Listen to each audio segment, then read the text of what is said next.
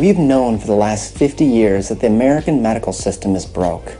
People are sick, and they're getting sicker. What many of us don't realize is that this system of healthcare that we have was created almost solely by one man, John D. Rockefeller. And a lot of people don't realize that the way we feel and the health of America is the result of this one man's decision. We've gone so far away from being healthy that many of us have forgotten what it's like and what normal healthcare system is about. I feel like it's important that we pull back the veil on how this system got started so that you too can know the truth. 100 years ago, America was buzzing with healers, like homeopathic physicians, naturopaths, herbologists, body workers like chiropractic and osteopathic physicians. Patients had a choice. They had a choice to use allopathic doctors or natural healers, and the two professions had ongoing debates. Allopathic doctors referred to themselves as heroic and believed it was their job to aggressively drive disease from the body. They based their practices on what they considered scientific, but most people had a natural mistrust of this scientific medicine because their techniques involved things like bloodletting, tobacco enemas, and barbiturates for sleep.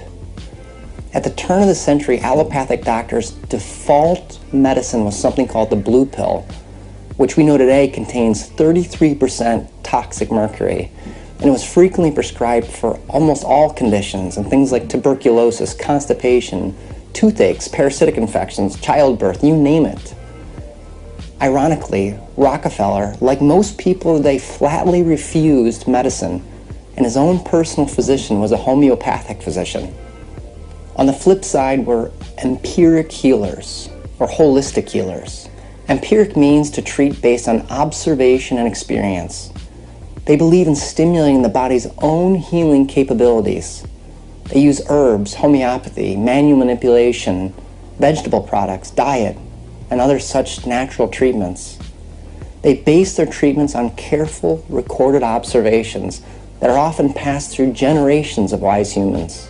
The balance of physicians, allopathic and holistic, remained pretty equal through most of American history, until enter John D. Rockefeller. His dark intentions of profit cloaked in philanthropy is what grew the medical system that we have today, along with the nonprofit industrial complex. Rockefeller in 1892 hired a man named Simon Flexner as the director of his Institute of Medical Research. Simon influenced his brother Abraham Flexner to write a report to be presented to Congress under the auspices of the Carnegie Foundation. The point of this report was to mold the medical system in this country to favor their plan to sell snake oil. He used the Carnegie Foundation, a philanthropic organization, as a front, since he needed a layer of deniability between his direct interests and the new system of healthcare that he was rigging. It's important to note that Abraham Flexner was not a medical doctor, a scientist, a teacher, or a medical educator of any kind. In fact, he was a preacher, making him completely unauthorized to write such a report. In this report, his goal was to categorize what he believed was scientific and unscientific. And in 1910, the Flexner Report disseminated the falsehoods under the guise of science and ruthlessly slandered all quote unquote unscientific methods of healing. These included homeopathy, nutrition, manipulation of the body by chiropractors and osteopaths, electromagnetic therapy, acupuncture, nutrition, detoxification, you name it. It was anything that competed with the allopathic drug model. No paradigm of healthcare should be dismissed simply because it competes with any other system.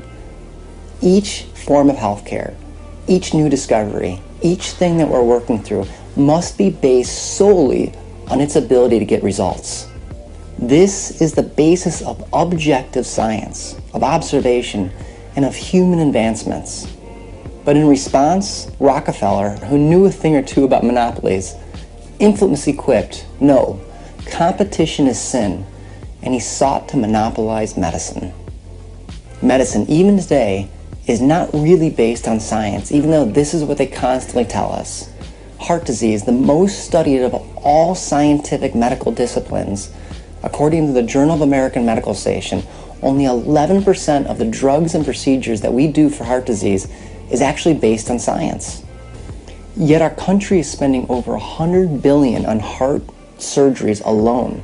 Medicare is spending $46 billion on blood pressure medications and another $29 billion on cholesterol medications, despite the fact that there's very little valid scientific studies proving the long-term benefit. According to WebMD, the cost of cardiovascular disease in the United States is $444 billion. So if only 11% of $444 billion is based in hard science, maybe we should abandon the rest. If we subtracted this, that would leave us $396 billion in our collective pockets that we're wasting on unscientific medical treatments. And this is heart disease alone. There was even less scientific validity 100 years ago when fabricating the Flexner Report. The Flexner Report was nothing more than a smear campaign and pure propaganda. But holy moly, what a killer propaganda offensive. Its effectiveness was no less than a triumph for Rockefeller. You see, Rockefeller was not a popular name at the time. His reputation of cutthroat business tactics and penny-pinching methods did not favor him with the general public. This is why he had to use a front. The front happened to be the Carnegie Foundation.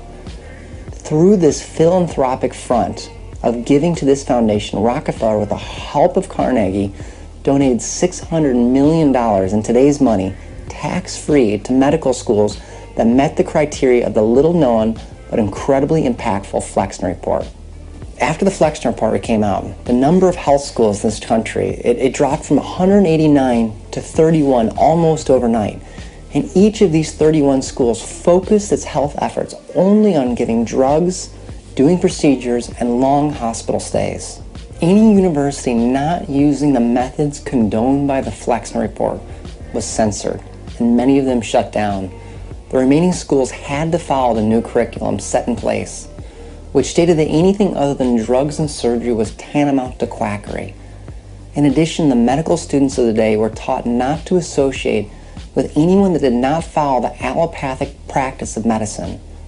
During this bleak and sad history in America, chiropractors, homeopathists, and many of the great healers were frequently jailed for practicing medicine without a license.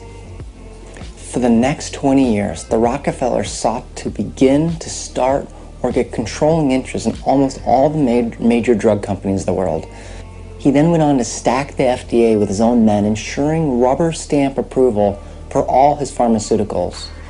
He controlled the legislative bodies that licenses schools, doctors, and hospitals, and he used his wealth to push through laws that eliminated any competition. This ensured that the pharmaceutical companies supplied the whole nation's medicine. This began the modern medical system we know today. Medicine, because of Rockefeller, was corporatized into an extremely well-oiled machine, making the machine profit Rockefeller and pharmaceuticals. And Rockefeller controlled most of these pharmaceutical companies. So let's examine the path we take when we choose Rockefeller medicine. When we get sick, we go to a doctor. We see the diplomas on their walls and we assume that they know what they're talking about. They continue to lead us down this path. They give us drugs, surgery, procedures, never telling us what the other option is. We continue along this zombie path.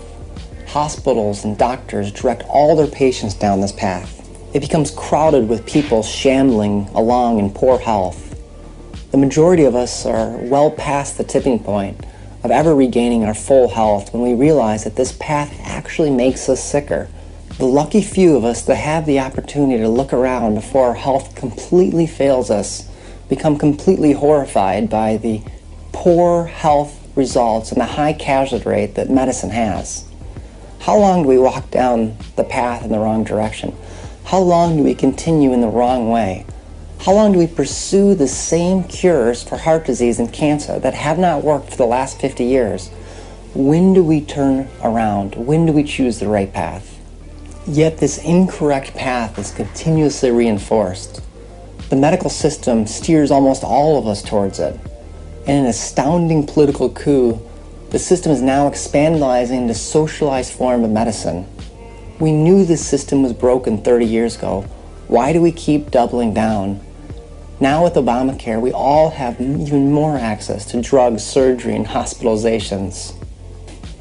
Those who attempt to defy the system, those who say, I'm going to choose a different path, those who reject the pharmaceutical medications and say, I want real healing, we are in direct opposition to this form of medicine. As practitioners, we're attacked by the state boards. We're told that our methods are not medically necessary, and we're pushed out of the media. I know because I am a direct victim of their attacks.